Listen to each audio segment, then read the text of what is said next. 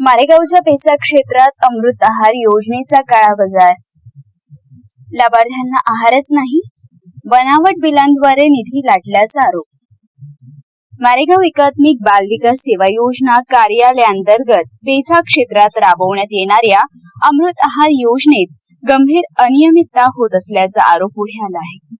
कुपोषण मुक्तीसाठी शासनाकडून राबवण्यात येणाऱ्या या योजनेचा लाभ पात्र गरोदर महिला, स्तनदा माता व बालकांना प्रत्यक्षात मिळत नसल्याचा दावा करण्यात आला आहे.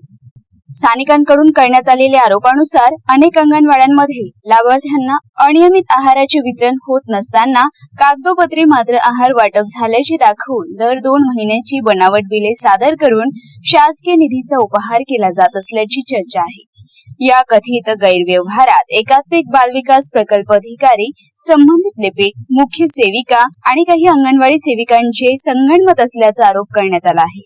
या संपूर्ण प्रकरणाची उच्चस्तरीय निष्पक्ष चौकशी करून दोषी आढळणाऱ्यांवर फौजदारी गुन्हे दाखल करावेत, संबंधित आर्थिक व्यवहाराची तपासणी करावी आणि लाभार्थ्यांना नियमित व दर्जेदार अमृत आहार उपलब्ध करून द्यावा, अशी मागणी तालुक्यातील ग्रामस्थांकडून केली जात आहे.